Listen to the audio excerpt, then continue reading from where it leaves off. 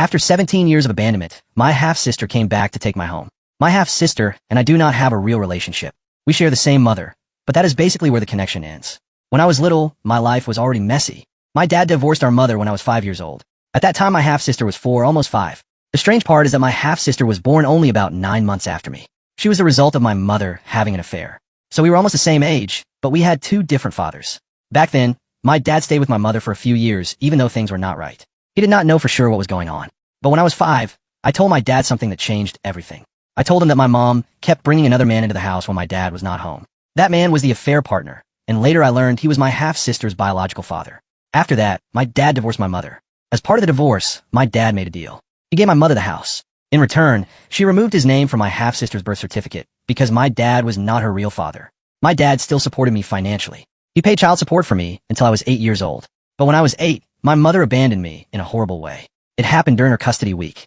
She was supposed to have me, but she left me behind. The reason was cruel. Her affair partner did not want to take a child who was not his to visit his family during the holidays. So my mother basically chose him over me and walked away. That was the moment I fully lost her. My half-sister also hated me for years. From what I was told, she believed her grandfather liked me more, and she was jealous about that. Whether it was true or not, she carried a lot of anger toward me. So even though we were raised around the same drama, she never treated me like a sister. My dad tried to keep things calm after the divorce. He wanted me to have some kind of relationship with my half-sister. He tried to be civil for my sake, but I did not want anything to do with her, and honestly, she did not want anything to do with me either. After my mother abandoned me, there was no real reason for my half-sister and me to stay connected. I did not spend time with her anymore. She even told people that she did not have a sister. So I stopped thinking of her as family. I never claimed her, and I never defended her or spoke about her like she mattered in my life. Years passed. A lot of years. Then one day, I made an account online because I needed advice about something. And on the same day, I got a call from my half-sister. I had not spoken to her in 17 years. I did not even know how she got my phone number. But there she was, suddenly calling me like we were close. When I answered, she was crying hard. She sounded desperate. She told me her mother had kicked her out of the house. She said our mother did not want anything to do with her anymore, especially now that our mother had married a man I did not know. She mentioned his name, but it meant nothing to me. I had no idea who he was. All I could think was, why is she calling me? I did not feel any sisterly bond. I did not feel love. I felt shock and irritation. And honestly, I felt like she had no right. So I hung up. Right after that, she started texting me. She said she really needed her sister's help. She kept using the word sister like it was supposed to control me. She said she had nowhere else to go. She claimed her father had cut contact a long time ago. She said nobody in the family was willing to come and pick her up. She lived 6 hours away from where I live. She also seemed to know things about me. She knew my location, or at least the area. It is not impossible to figure out because I live next door to my dad. But still, it felt strange that after 17 years of no contact, she suddenly knew where I was and how to reach me. She called again. This time I answered, because part of me was curious and part of me was angry. She started crying again, repeating the same story. That is when I finally spoke clearly. I told her we're not actually sisters in the way she thinks. We share a mother, but we do not have a relationship. I told her I was not driving 6 hours to come get her. I told her I was not giving her a place to stay while she gets back on her feet. Then I hung up again. After that I blocked her number. But she did not stop. She started calling from other phone numbers. Over and over. And then something worse happened. People from my mother's side of the family started contacting me. They were texting and calling like I had committed some crime. They told me I was an awful sister. They told me I should be more understanding. They told me I should help her because I was once the child who got kicked out. That part made me angry because they were acting like my story and her story were the same. They were not the same. My mother abandoned me when I was 8. She abandoned me because a man did not want me around. That was not just being asked to leave. That was being thrown away like trash. Also, where were these people for me when that happened? They were nowhere. Now, suddenly they cared, and they wanted me to fix their problem. At that point, I felt torn. Not because I wanted to help my half-sister, but because I wondered if I had handled it the wrong way. I wondered if hanging up was too harsh. I wondered if I should have been calmer, even if I still said no. So I asked for outside opinions because I needed insight. I needed someone to tell me if I was wrong, or if I should have done it differently. A lot of people who read my story said something that made sense. They said my mother's family had a lot of nerve. They asked why none of them were stepping forward to help my half-sister if they cared so much. They pointed out that sharing genetics does not automatically mean I owe her anything. Some people said I should think about whether I wanted to act the same way she acted toward me. They said if I choose to help, I should be careful. They warned me not to bring someone into my home if I do not trust them. They said a person like that could steal from me, cause trouble, or refuse to leave. They also said if I ever decided to help, I should set strict rules before she ever stepped inside my home. Clear boundaries. Clear expectations. No confusion. When I read those comments, I realized my biggest question was this. Why am I the only option? If it was a few years earlier, I might have helped her. I admit that. When we were kids, she probably repeated whatever her parents said. She was raised in that environment. So I do not fully blame childhood for everything. But we are both 25 now. We have been legal adults for years. If she wanted a sister, she could have reached out at any time. She did not. She said she had no sister. She ignored me for 17 years. So why is it my responsibility now? I also admitted something else. I did not like what I said when she was emotional. Not because I was wrong, but because I did not like how cold it sounded. Even so, I still did not understand why she was running to me like I was her only lifeline.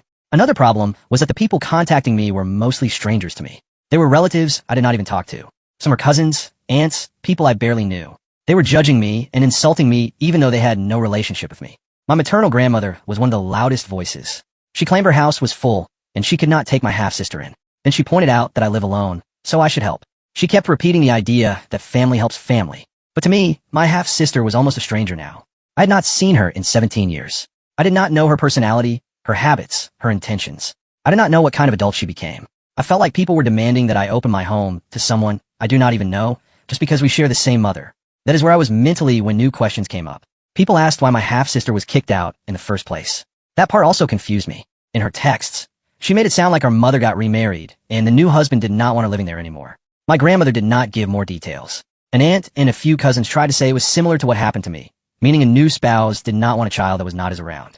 But still, something felt off. Because if it was truly so innocent, why was the whole family pushing her toward me instead of taking her in themselves? She was dropped at my house without warning. 2 days after my original post, everything got worse. At that point, I still was not sure where to post my story or how to explain it properly. It had only been 4 days since I made my account, and I was already questioning whether I was wrong for how I handled things. My half-sister had called me crying, saying our mother threw her out and she needed her sister. I hung up the first time. When she kept calling and texting, I told her clearly that we were not sisters in the way she thought, and that I was not driving 6 hours to pick her up or letting her stay with me. After that, the pressure exploded. My maternal family started contacting me nonstop. Calls, texts, messages from people I barely knew.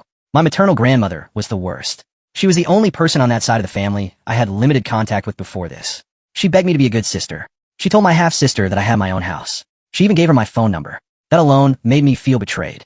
I ended up blocking my grandmother too, because it felt like she was helping push my half-sister onto me instead of protecting my boundaries. Still, the messages kept coming from other relatives. They all said the same thing, that I should be understanding because both my half-sister and I had been abandoned by our mother. But it was not the same situation at all. I tried explaining that to my grandmother before blocking her. I explained the difference, but no one wanted to hear it. No one wanted to admit that my experience and my half-sister's experience were not equal. To be clear, my half-sister and I are only 9 months apart in age. She is the result of my mother's affair. My dad stayed with my biological mother until I was 5. That ended when I told him she kept bringing another man around when he was not home. That man was the affair partner and my half-sister's biological father.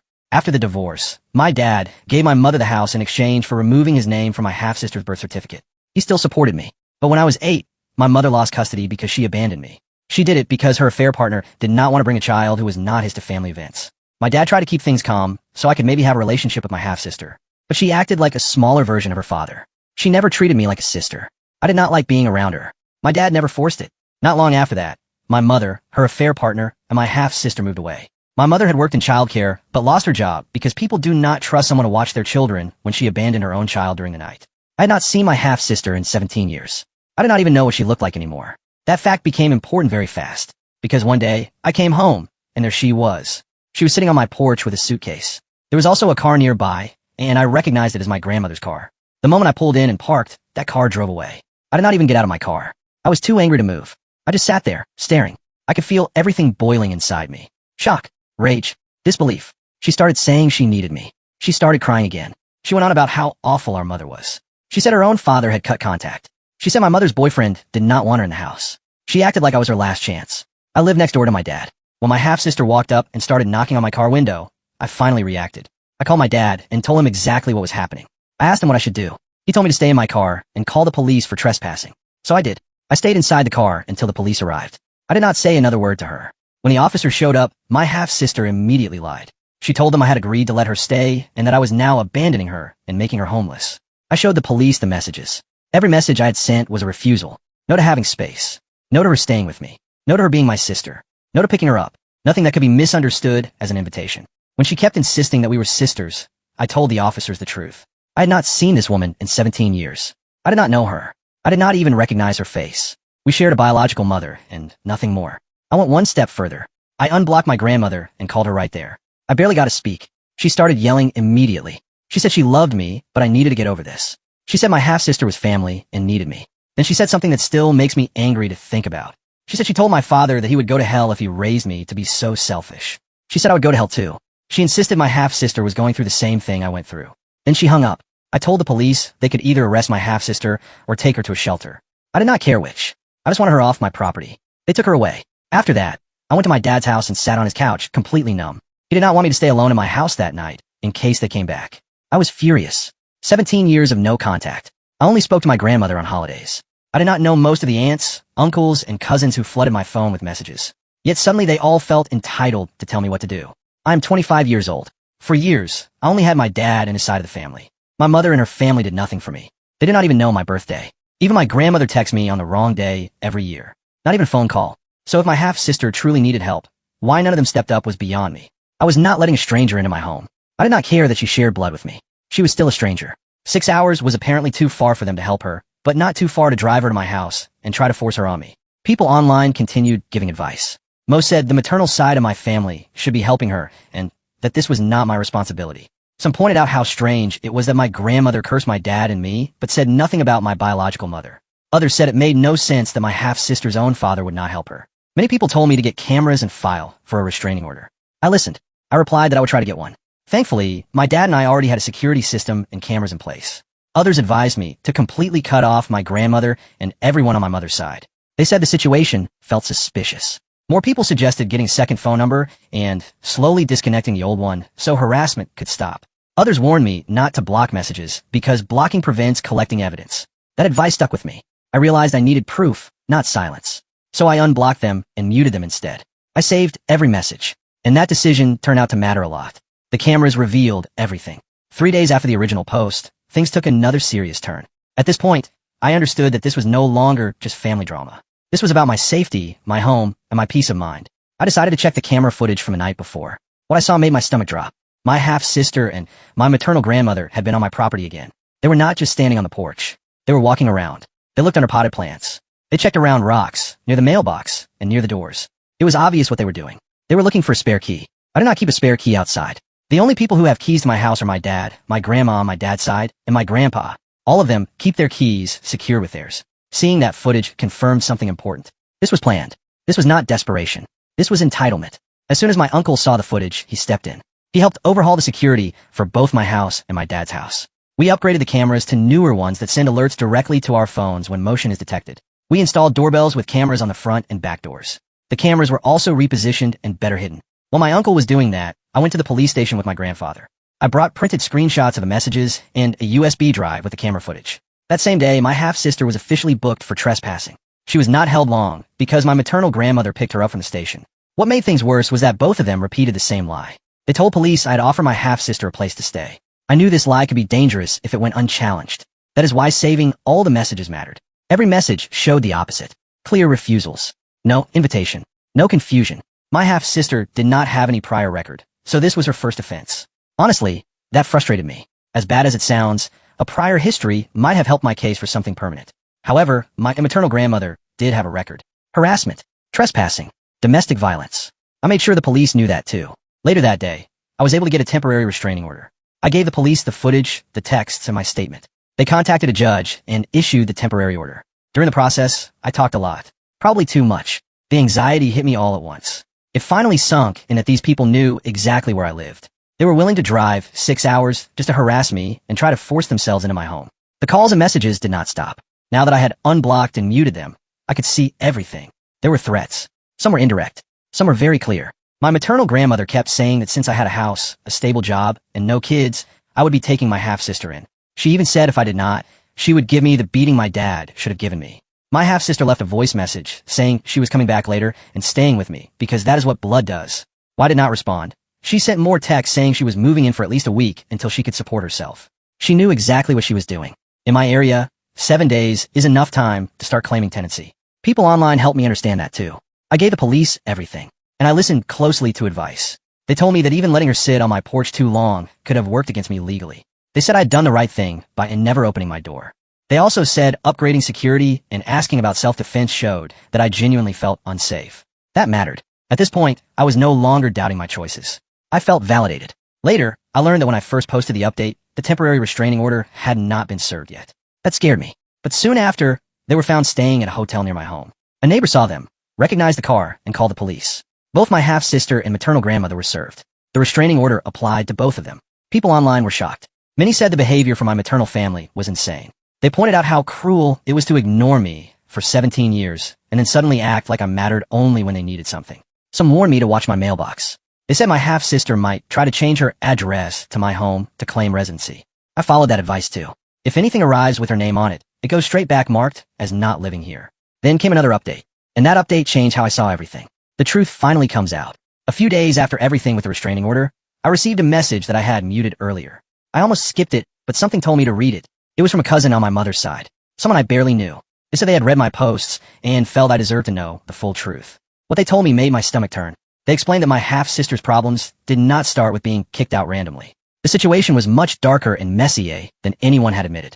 According to this cousin, my half-sister had been in contact with her biological father again when she was about 20 years old. Around the same time, she helped cover up my mother's affair with her current husband. When my mother's husband found out, the affair partner stopped paying my half-sister's tuition and cut her off financially. My half-sister never really worked after that. Her work history was almost non-existent. About a month before she showed up at my house, my mother kicked her out for a very specific reason. My half-sister had been sleeping with my mother's husband. Even worse, she had also been involved with one of his sons. That son had recently turned 18. When my half-sister came home that day, her belongings were on the curb and all the locks had been changed. No police were called. The family quietly tried to contain the damage. The cousin did not know if my mother told the son's mother, but she did tell the rest of the family. She warned them to protect their children and their marriages. That alone says a lot. My half-sister claimed the relationship only happened once and only on the boy's birthday. My mother claimed it started before he was an adult. Either way, the entire situation was disturbing. The family panicked. They decided my half-sister needed somewhere to stay long-term. Not because they liked her, because most of them did not, but because she claimed she was pregnant. That pregnancy turned out to be another lie. She showed my grandmother a positive pregnancy test, but no one else ever saw proof. The cousin explained that my half-sister had a long history of lying. She had couch surfed with relatives before. She borrowed cars without permission. She took expensive items to pawn. She stole money meant for job interviews and travel, then spent on expensive baby clothes and personal items. When police are involved, she lies. She once got someone arrested by accusing them of assault when they tried to remove her from their property. Then the cousin told me the most important part. The plan to push my half-sister onto me was not random. It was calculated. The idea came from one of my uncles, one of my grandmother's sons. Apparently, my grandmother often complained about me. She complained that I was young, child-free, financially stable, and owned my own home. This uncle decided that since I had no children, no responsibilities, a stable job, and extra space, I was the perfect solution. No one else wanted to deal with my half-sister, so forcing her into my house was their answer. The cousin warned me not to give an inch. Not a ride, not a couch, not even help finding a shelter. They said someone already tried that and almost got arrested because my half-sister caused a scene and lied to police again. Reading that message made everything click. This was never about family. This was about control and convenience. After that, people online warned me to be careful around holidays. They said that times like Thanksgiving and Christmas were common moments for forced confrontations. They encouraged me not to travel and not to leave my house unattended. I listened. I canceled my holiday plans. I refunded trips. My neighbors were informed. My family created a rotation, so I was never alone. Friends stayed overnight. My dad checked in constantly. I started building an evidence binder. Screenshots, transcripts of voice messages, camera footage, notes documenting every single day, even when nothing happened. Then another update came in from the same cousin. My half-sister had been arrested after stealing my grandmother's car and credit cards. While being booked, she claimed she was pregnant again. She refused to take a pregnancy test. Later, she claimed she had a miscarriage. That turned out to be false. She eventually admitted my grandmother told her to lie because pregnancy was the only way to get sympathy and help. It worked for a while, until it did not. The cousin also explained that Child Protective Services were contacted, not just because of my half-sister, but because of the younger stepbrother. The younger boy admitted that my half-sister had also tried to involve him and repeatedly pushed the idea of waiting until he was legal. She asked inappropriate questions, commented on his looks, and made him uncomfortable. Both boys are now in therapy. Their father lost custody completely. When I learned this, I felt sick, especially knowing the younger boy had tried to speak up before and was ignored. Then came the final incident. My maternal grandmother and the same uncle showed up at my house again. They tried to pressure me into paying my half-sister's bail because no one else could afford it. Police were called. Both were arrested. My grandmother was in direct violation of the restraining order. That was the moment everything finally stopped. What I learned and why I'm sharing this. I'm safe now. The calls and messages stopped. My neighborhood is alert. My security system is upgraded. My boundaries are firm. I'm sharing this story for one reason. Blood does not mean access. Family does not mean ownership, and no one has the right to destroy your peace just because it is convenient for them. For 17 years, I was ignored. I healed. I went to therapy. I built a life with people who actually cared about me. Then suddenly I mattered only when someone wanted something. I do not hate my half-sister. Hate takes too much energy. But I resent what she and her family try to do to me. I resent having my safe space threatened. I resent being treated like an object instead of a person. Asking for help does not mean forcing yourself into someone's life. And saying no does not make you a bad person. If you're watching this and dealing with something similar, protect yourself. Document everything. Trust your instincts. Do not let guilt replace logic. And most importantly, remember this. You're allowed to choose peace. Thank you for listening to this story. If you want to hear more real-life stories like this, subscribe to the channel, like the video, and share it with someone who might need to hear it. Your support helps keep these stories alive.